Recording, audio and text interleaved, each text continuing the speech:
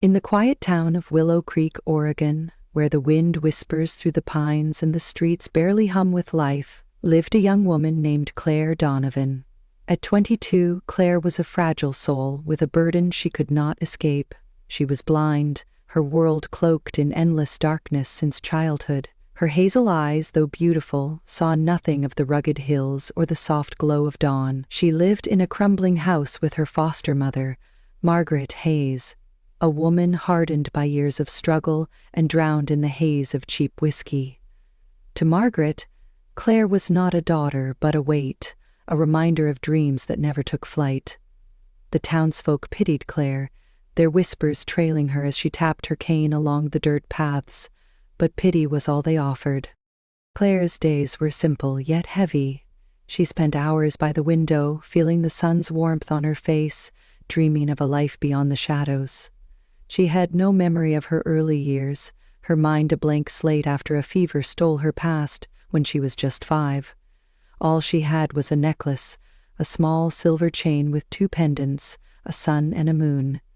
It was her only treasure, a mystery she clung to, though she could not recall who gave it to her or why. Margaret mocked it, calling it junk, but Claire held it close, tracing its shapes with trembling fingers, as if it held answers she could not see. One gray afternoon, as rain tapped against the roof, Margaret stumbled home with a strange energy in her voice. She spoke of a job in New York, a chance for Claire to escape their dead-end town. "They need someone like you," Margaret slurred, her words thick with deceit. "A kind man offered $5,000 to get you started. It's your ticket out." Claire hesitated, her heart pounding with unease, but Margaret pressed on, painting a picture of a better life. Naive and desperate for change, Claire agreed. She packed her few belongings, a threadbare sweater and her necklace, trusting the woman who had raised her despite the years of cold neglect. The journey to New York was a blur of sounds, the rumble of a bus, the chatter of strangers, the clink of coins as Margaret counted her payment. When they arrived, Margaret led Claire to a towering building in Manhattan, its glass walls a stark contrast to the wooden shacks of Willow Creek. A man met them there, his voice smooth and commanding. "This is her?" he asked, and Margaret nodded eagerly. "Take good care of her," she said, pocketing the cash before vanishing into the city's chaos. Claire stood alone, confused and abandoned, her cane tapping nervously against the marble floor. That man was Jack Sullivan, 30 years old and the CEO of Sullivan Enterprises, a real estate empire that dominated New York's skyline. Tall and striking, with dark hair and piercing blue eyes, Jack carried the weight of wealth and expectation. He was not there by choice. His grandmother, Dorothy Sullivan, a formidable woman in her 70s, had summoned him. Dorothy ruled the family with an iron will, her beliefs rooted in old traditions. She clutched a leather-bound book of family lore, insisting a prophecy foretold ruin unless Jack married a woman destined to save them. Claire, she declared, was that woman. "Her birth aligns with the signs," Dorothy insisted, her voice unwavering. "She will protect our legacy." Jack scoffed at the idea. He had no time for superstition or a wife he did not choose. His heart belonged to a memory, a girl he called Sunny from his childhood in upstate New York. They had been inseparable, 2 kids running through fields under a summer sky. He gave her a necklace with a sun and moon, promising to marry her one day beneath the stars. Then she vanished, lost to a tragedy he could not recall, leaving him with guilt and a vow to find her. That promise haunted him, a flicker of light in his cold, calculated world. But Dorothy would not relent. "Marry her or the family falls," she warned, her eyes glinting with resolve. Reluctantly, Jack agreed, though his resentment simmered. Claire was brought to the Sullivan Mansion, a sprawling estate on Long Island, its halls lined with portraits of stern ancestors. She felt the shift in the air, the weight of wealth and disdain. The family saw her as an intruder, a blind girl from nowhere, unworthy of their name. Jack barely spoke to her, his presence a shadow that chilled her more than comforted. Dorothy orchestrated their wedding, a rushed affair in the mansion's chapel. Claire stood in a borrowed gown, her hands shaking as she repeated vows she barely understood. That night, under Dorothy's watchful eye, Jack fulfilled his duty in silence. It was mechanical, devoid of tenderness, leaving Claire hollow and ashamed. She lay awake after, clutching her necklace, tears soaking the pillow as the reality of her betrayal sank in. Margaret had not sent her to a better life. She had sold her, traded her for a handful of dollars. Jack was no savior, just a man trapped by his grandmother's whims, his heart closed to her. The Sullivan family whispered behind her back, their words sharp as knives. "She's nothing," they sneered. "A beggar in our halls." Claire's blindness made her vulnerable, her cane a symbol of weakness they mocked, yet she held on to a fragile hope, a whisper in her soul that this was not her end. She did not know Jack searched for Sunny, that the necklace she wore was the key to a past they shared. Her memory was gone, but her heart ached with a longing she could not name. Jack, meanwhile, buried himself in work, avoiding Claire as guilt gnawed at him. He hated the prophecy, hated Dorothy's control, hated the stranger now tied to him. Every glance at Claire reminded him of his failure to find Sunny, the girl who once lit up his world. He kept her necklace's twin, the sun pendant, in a drawer, a secret he guarded fiercely. Dorothy watched them both, convinced Claire was their salvation, blind to the storm brewing within her grandson. The stage was set, a fragile union built on lies and loss, ready to unravel in ways no one could foresee. Claire's life in the mansion began as a prisoner in a gilded cage. She traced the walls with her cane, learning the echoes of each room, her spirit bruised but unbroken. She did not know Vanessa Harper watched from the shadows, a woman with eyes on Jack and a hunger for power. Nor did she know her necklace held a truth that would change everything. For now, she was alone, a blind girl sold into a world that scorned her, her heart whispering of a love she could not remember, a love that might yet find her again. Claire Donovan's new life in the Sullivan mansion on Long Island was a prison of whispers and shadows. The grand halls, with their polished floors and towering chandeliers, offered no warmth to her darkened world. At 22, she navigated her blindness with a cane, its soft taps echoing through rooms where she felt like a ghost. The Sullivan family treated her with thinly veiled contempt, their voices dripping with scorn whenever she passed. Jack Sullivan, her husband of mere weeks, was a distant figure, his presence fleeting and cold. He spent his days locked in his office at Sullivan Enterprises in Manhattan, leaving Claire to face the disdain alone. She clung to her necklace, the sun and moon pendants her only comfort, a lifeline to a past she could not recall. Unbeknownst to Claire, a storm was brewing within the walls of her new home. Vanessa Harper, a sharp and ambitious employee at Sullivan Enterprises, had her sights set on Jack. At 28, Vanessa was a striking woman with auburn hair and calculating green eyes, her beauty a mask for a heart consumed by greed. She had climbed the ranks with ruthless precision, but she wanted more. Jack's power, his wealth, and his name. Vanessa knew of Jack's obsession with Sunny, the childhood friend he longed to find.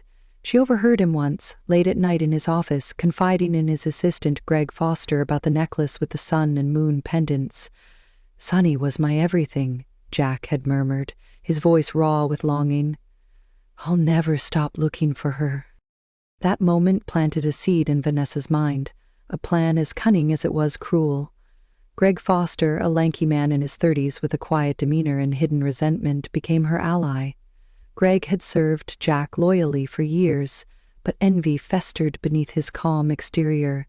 He craved the life Jack led, the power he wielded, and Vanessa promised him a share of it. One evening, as Claire sat alone in the mansion's library tracing the edges of a book she could not read, her necklace slipped from her neck and clattered to the floor.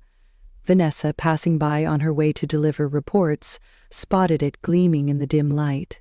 She picked it up, her fingers curling around the pendants, a smile tugging at her lips. "This is it," she whispered to herself, the key to Jack's heart now in her grasp. Vanessa wasted no time. She met Greg in a shadowed corner of the Sullivan Enterprises building the next day, her voice low and urgent. "We can use this," she said, holding up the necklace.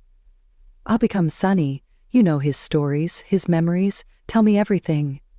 Greg hesitated, his loyalty to Jack flickering, but Vanessa's promise of wealth tipped the scales. Over the following weeks, he fed her details: the summer days by the lake, the games they played, the promise under the stars. Vanessa studied it all, crafting her deception with care. She burned a small scar onto her shoulder with a heated coin, mimicking a mark Jack once described Sonny having from a fall. Then, with the necklace in hand, she approached him. It was a rainy afternoon when Vanessa stepped into Jack's office, her expression soft and hesitant. "Jack," she began, her voice trembling just enough to seem genuine, "there's something I need to tell you." She pulled the necklace from her pocket, letting it dangle before him. Jack's eyes widened, his breath catching as he recognized the sun and moon pendants. "Where did you get that?" he demanded, rising from his chair. Vanessa lowered her gaze, tears welling up on cue. "It's mine," she lied. "I've had it since I was a kid. I think I'm Sonny." She recounted the tales Greg had shared, her words laced with just enough truth to hook him. The scar on her shoulder sealed the deal. Jack's doubt crumbled, replaced by a flood of hope. He pulled her into his arms, whispering, "I've found you," as Vanessa hid a triumphant smirk. From that day, Jack's attention shifted entirely to Vanessa. He believed she was Sonny, the girl he had lost, and Claire faded into the background of his life. Vanessa moved into the mansion at his insistence, her presence a constant thorn in Claire's side. Dorothy Sullivan, ever watchful, approved of Vanessa, blind to the lie. "She's good for him," Dorothy declared, dismissing Claire as a failed experiment. Claire felt the change acutely. Jack no longer spoke to her, his footsteps avoiding her rooms. Vanessa, emboldened by her success, began her torment. She whispered insults when they were alone, calling Claire a burden, a nobody. Margaret Hayes, summoned by Vanessa for petty tasks, joined in, her slurred taunts cutting deeper than ever. "You're worthless," Margaret spat one night, locking Claire in a storage room for hours as punishment for spilling tea she could not see. Claire's world grew darker still when she discovered she was pregnant. A faint hope flickered within her, a chance to build something good from her broken life. She felt the life growing inside her, a secret she kept close, dreaming of a child who might love her unconditionally. But Vanessa sensed the shift in Claire's demeanor, the subtle glow beneath her pain. She would not let it stand. At a private dinner in the mansion, attended only by the family and a few staff, Vanessa struck. She waited until Claire rose to leave, her cane tapping uncertainly, then tripped her with a swift foot. Claire tumbled down a short flight of stairs, her cry echoing through the silent hall. Pain seared through her, and by the time a maid found her, blood stained her dress. The doctor confirmed her worst fear: the baby was gone. Jack arrived hours later, summoned by Dorothy, his face a mask of indifference. "What happened?" he asked, his tone flat. Vanessa clung to his arm, tears streaming as she lied. "She fell on her own. She's so clumsy." Claire, weak and grieving on a guest room bed, whispered through sobs, "She pushed me." But Jack turned away, his belief in Vanessa unshaken. "You're causing trouble again," he said coldly, leaving her to mourn alone. Dorothy, too, sided with Vanessa, her faith in the prophecy wavering. "Perhaps I was wrong about you," she muttered, abandoning Claire to her sorrow.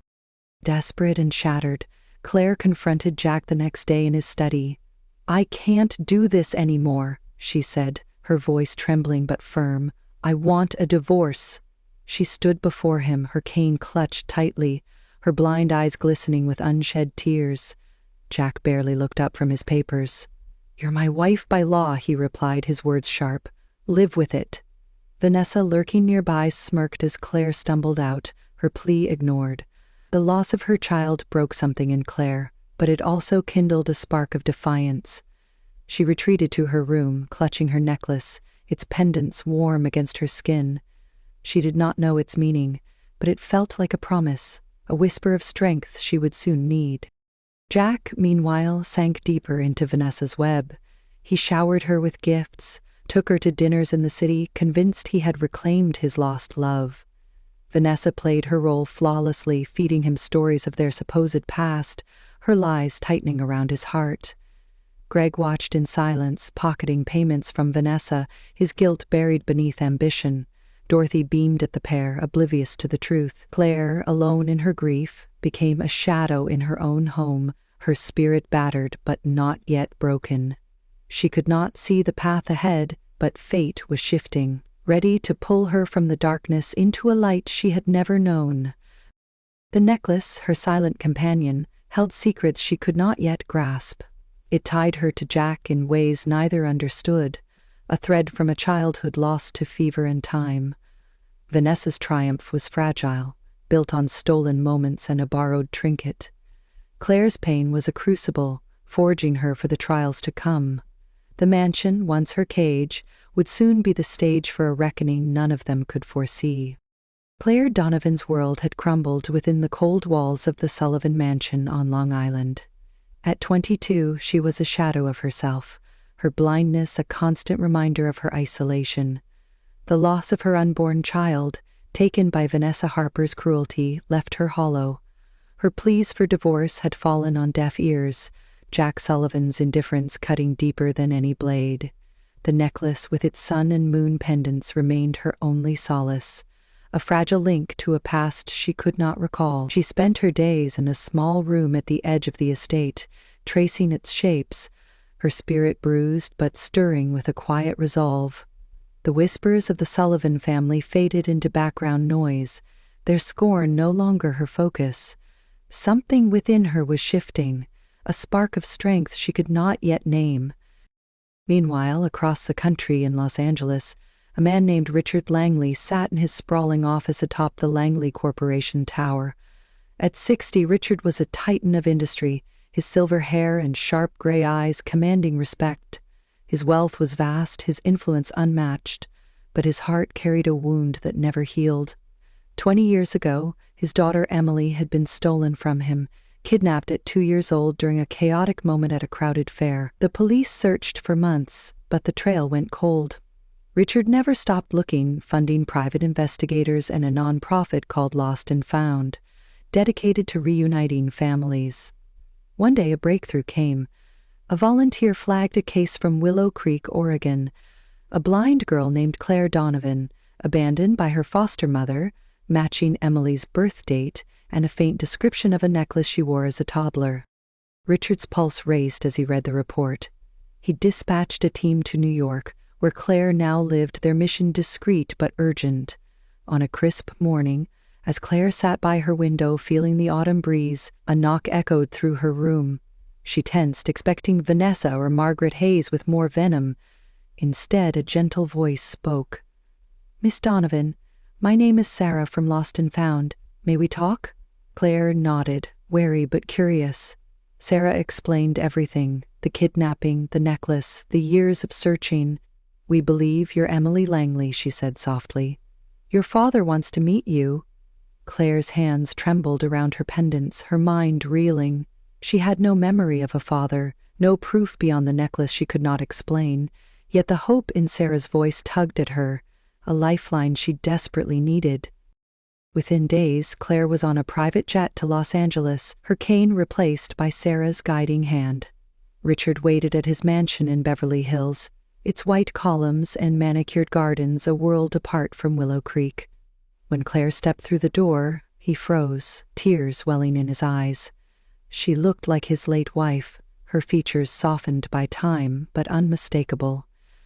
"Emily," he whispered, stepping forward. Claire flinched, unaccustomed to kindness, but his embrace was warm, steady. "I've found you," he said, his voice breaking. "I never stopped looking." Overwhelmed, Claire clung to him, the word father, foreign, yet comforting on her tongue.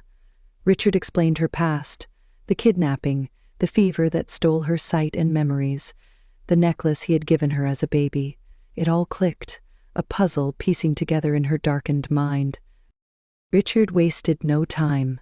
He brought in the best ophthalmologists from across the globe, their expertise fueled by his wealth.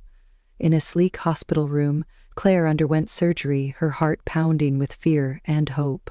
When the bandages came off days later, Light flooded her world for the first time in years. She blinked, tears streaming as she saw Richard's face, his gray eyes shining with pride. Colors danced before her, the blue of the sky, the green of the trees, the warmth of her father's smile. "You're home," he said, and Claire nodded, her voice lost to emotion. The darkness was gone, replaced by a clarity she had never known. She was Emily Langley now, a name that carried weight and promise. Back in New York, Jack Sullivan's life was unraveling. His belief in Vanessa as Sunny began to falter.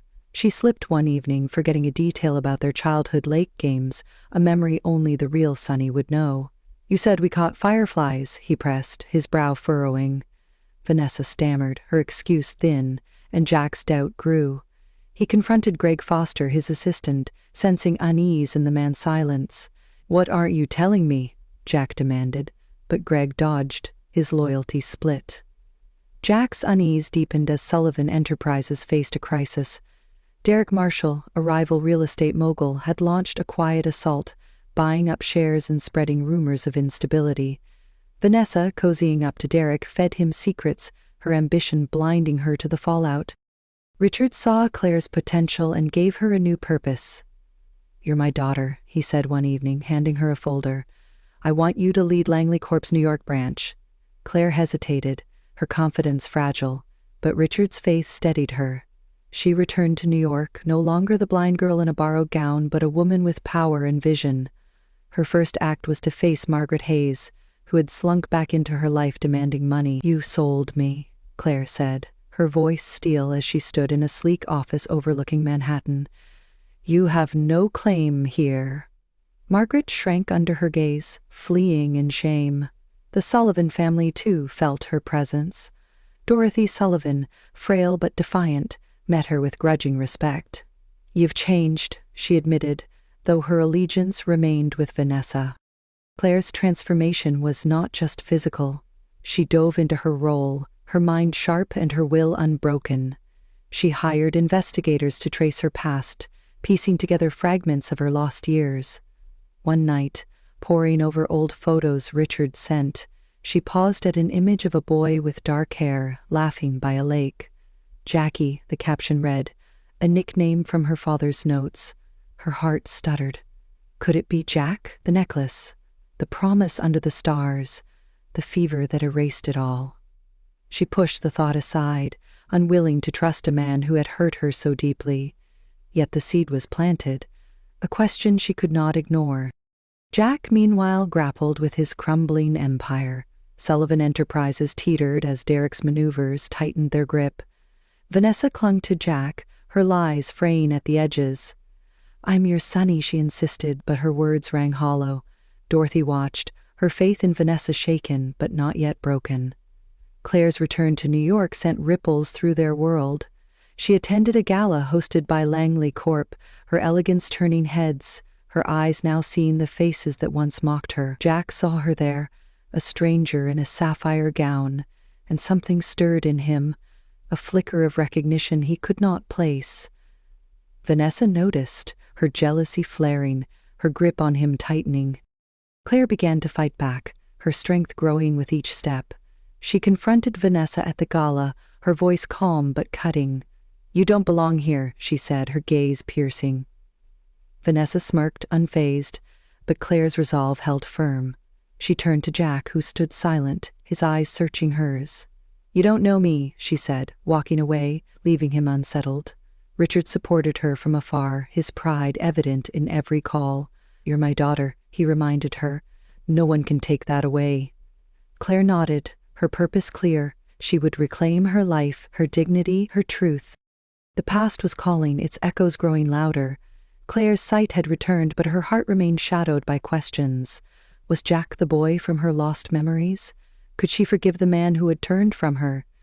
Vanessa's deception was a thread unraveling, and Derek's greed a storm gathering force.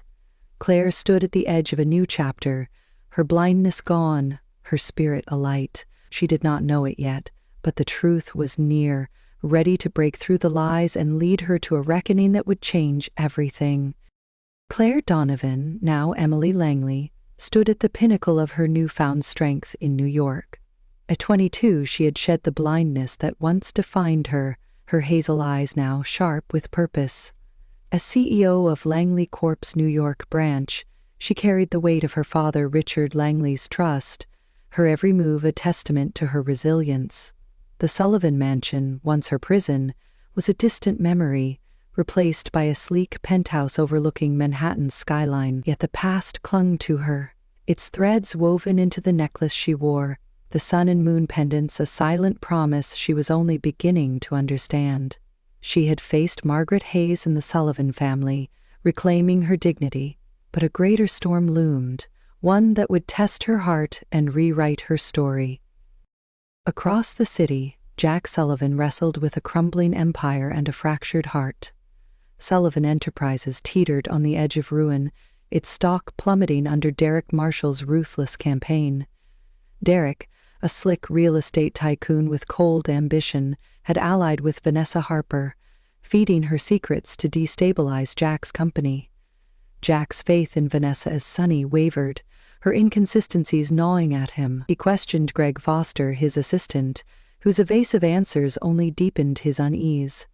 Dorothy Sullivan, frail but fierce, clung to her belief in Vanessa, urging Jack to stand by her. "She's your future," Dorothy insisted, her voice trembling with age. But Jack's gaze kept drifting to Claire, the woman he had wronged, her presence at Langley events stirring something he could not name. The turning point came at a grand signing ceremony between Langley Corp and Marshall Corp, held in a glittering ballroom atop a Manhattan skyscraper. Claire orchestrated the event, her sapphire gown shimmering as she greeted power players with quiet confidence. Jack attended, invited as a courtesy, his suit crisp but his eyes shadowed by doubt. Vanessa clung to his arm, her smile tight, sensing the cracks in her facade. Derek Marshall smirked from the sidelines, his plan to secure $1 billion deal with Langley Corp nearly complete. But beneath the polished surface, tensions simmered. Sitting together, simmered, ready to erupt. As Claire took the stage to announce the partnership, a figure stumbled into the room, bloodied and pale. It was Greg Foster, Jack's assistant, his face bruised from a car accident days earlier. Gasps rippled through the crowd as he staggered toward Jack, his voice hoarse but urgent. "She lied," Greg rasped, pointing at Vanessa. "She's not Sunny. I helped her steal the necklace from Claire." Jack's face drained of color, his hands clenching as Greg continued. "Vanessa paid me to feed her your memories. She burned the scar herself. It's all a lie."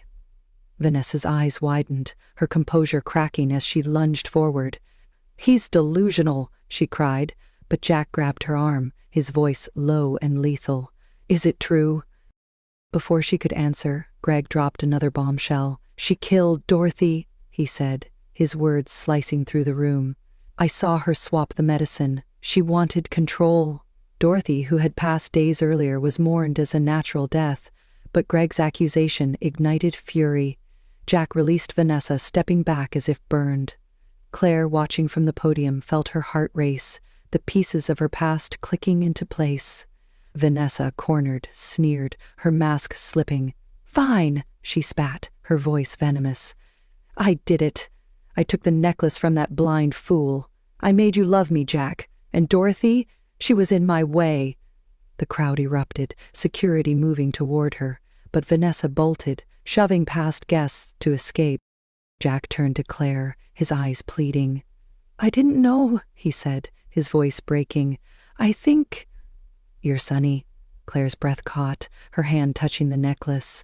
Memories flickered, faint but real. A boy by a lake, a promise under the moon. "Jackie," she whispered, the nickname from her father's photos surfacing.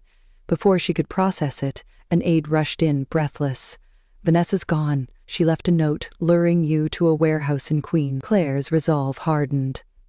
"I'm going," she said, Jack nodding grimly. "Me too." They arrived at the abandoned warehouse under a stormy sky, its rusted walls creaking in the wind. Vanessa waited inside, her auburn hair wild, a knife gleaming in her hand. Derek Marshall stood beside her, his suit rumpled, his plan unraveling. You ruined everything, Vanessa snarled, lunging at Claire. Jack shoved Claire aside, taking a shallow cut to his arm as he wrestled Vanessa back. Derek grabbed Claire, his grip bruising, but she twisted free, her strength born of years of survival. You don't own me, she hissed, shoving him into a stack of crates. Vanessa broke free, raising the knife again, her eyes manic. If I can't have him, no one will, she screamed. Before she could strike, the warehouse doors burst open. Richard Langley stormed in, flanked by a private security team, their guns drawn. Drop it, Richard barked, his voice thunderous. Vanessa froze, the knife clattering to the floor as guards seized her and Derek. Richard pulled Claire into his arms, his relief palpable. You're safe, Emily, he said, using her true name. Jack, clutching his bleeding arm, sank to his knees before Claire. I was wrong, he choked out. You're Sonny. I promised you forever by that lake. I failed you. Tears streamed down his face as he pulled a crumpled letter from his pocket. Dorothy's last words. She knew, he said. She wrote, Claire is your salvation. Don't let her go. Claire's heart twisted, anger and love warring within her. She knelt beside him, her voice soft but firm. You hurt me, Jack. I lost everything because you wouldn't see me. He nodded, shame etching his features. I'll spend my life making it right, he vowed, his hand reaching for hers. She hesitated, then tore the divorce papers she'd carried, letting the pieces fall. We start over, she said, her eyes locking with his. The guards dragged Vanessa and Derek away, their schemes shattered, justice closing in. Richard watched, his pride evident. You're stronger than I ever dreamed, he told Claire, guiding her outside. Jack followed, his arm bandaged by a medic, his resolve unbroken. The storm cleared, stars piercing the night sky, a mirror to the promise they'd made as children. Claire touched her necklace, the sun and moon pendants warm against her skin. She had reclaimed her past, her sight, her power, but her heart remained a battlefield, torn between the pain Jack caused and the love she could not deny. The truth had set her free, yet the path ahead was hers to choose. Vanessa's screams faded as she was loaded into a police van. Derek silent beside her, their fates sealed. Claire stood with Jack under the moonlight, the warehouse a fading shadow behind them. Dorothy's death, Vanessa's betrayal, the Empire's near collapse, all converged in this moment. Claire saw Jack anew, the boy who swore to protect her, the man who lost his way. She took his hand, her grip tentative but real, a step toward healing neither could have foreseen. The storm had passed over the warehouse in Queens, leaving a quiet night bathed in starlight. Claire Donovan, now fully embracing her identity as Emily Langley, stood beside Jack Sullivan, her hand trembling in his. At 22 she had faced betrayal, loss, and a darkness deeper than her blindness ever was. Yet here she was, her hazel eyes reflecting the moon, her heart teetering between the pain of the past and the promise of something new. Jack, 30 and weathered by his own mistakes, held her gaze, his blue eyes raw with regret and hope. The chaos of Vanessa Harper and Derek Marshall's downfall faded into the background, their arrests a distant hum as police lights flashed against the rusted walls. Claire's father, Richard Langley, lingered nearby, his silver hair catching the moonlight, his presence a steady anchor. He had saved her from Vanessa's knife, his security team swift and decisive. "You're my daughter," he said, his voice thick with emotion as he stepped back to give them space. "Whatever you choose, I'm here." Claire nodded, gratitude swelling in her chest. She turned to Jack, the man who had been her husband, her betrayer, and now, perhaps, her truth. The warehouse confrontation had peeled away the lies, revealing him as Jackie, the boy who promised her forever by a lake long ago. Dorothy Sullivan's letter, clutched in his bandaged hand, had sealed it. "Claire is your salvation," it read, a final plea from a grandmother who saw what Jack could not. Jack sank to one knee, his breath uneven. "I was blind, too," he said, his voice low and earnest. "Not like you, but worse. I didn't see you, Claire. I let Vanessa twist me, Let my grief for Sonny destroy us. I took your child, your trust, your light. Tears streaked his face, his words a confession laid bare. You're Sonny, you always were. I promised you under those stars and I broke it. But I'll spend every day fixing it, if you'll let me. Claire's throat tightened, memories flickering. Laughter by the water, a boy's hand in hers, a vow she'd forgotten until now. She saw the pain in his eyes, mirroring her own, and felt the weight of Dorothy's words. She knelt before him, her fingers brushing his. You broke me, Jack, she said, her voice steady despite the tears. I lost our baby because you turned away. I lost myself in that house, begging you to see me. I can't erase that. He nodded, accepting her truth, his head bowed. But I remember you now, she continued, softer. Jackie, who held my hand when I fell, who gave me this. She touched the necklace, its sun and moon pendants gleaming. I don't know if I can forget, but I can try to forgive. Jack looked up, hope flickering in his gaze. That's all I ask, he whispered, his hand tightening around hers. Claire stood, pulling him up with her. I'll stay, she said, her decision firm. Sullivan Enterprises is your grandmother's legacy. I'll help you save it, not as your wife, not yet, but as someone who believes in second chances. Jack's face lit with relief, a smile breaking through his sorrow. Thank you, he said, his voice cracking. I won't let you down again. Richard approached, clapping Jack on the shoulder. You've got work to do, son, he said, a rare warmth in his tone.